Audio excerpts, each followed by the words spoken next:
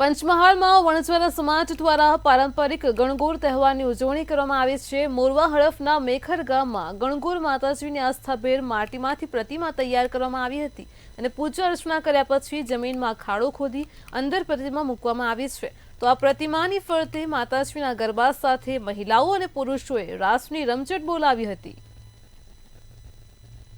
કાઢીને 3 દિવસે અમે જવારા આવે એને દરેક સમાજવાળા જવારા કહે છે, પણ અમે તીજનો તહેવાર કહીએ છીએ।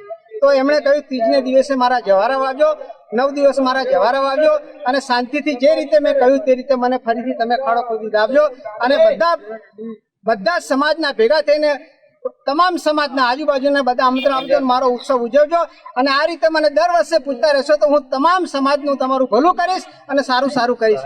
આ એના માટે અમે માતાજીનું ઉજવ્યું છે અને સંપૂર્ણ આસ્થાનું પ્રતીક છે। પછી એને બહાર કાઢે છે, પછી એને કીધું કે મને આ રીતે તમે ખાડામાં દાટજો અને આ રીતે તમે તહેવાર ઉજવજો તો હું તમારે બેલ ચડીશ। એ રીતે યાદવના આંગણાની અંદર આ બનાવ બન્યો। એટલે દરેક વણઝારાની જાતિમાં કોઈના આંગણામાં આ ગણગોર ના ગળે, શ્રીફ જાદવના આંગણામાં જ આ ગણગોર માતા ગળાવે, જાદવ મોજૂદ ગળાવે।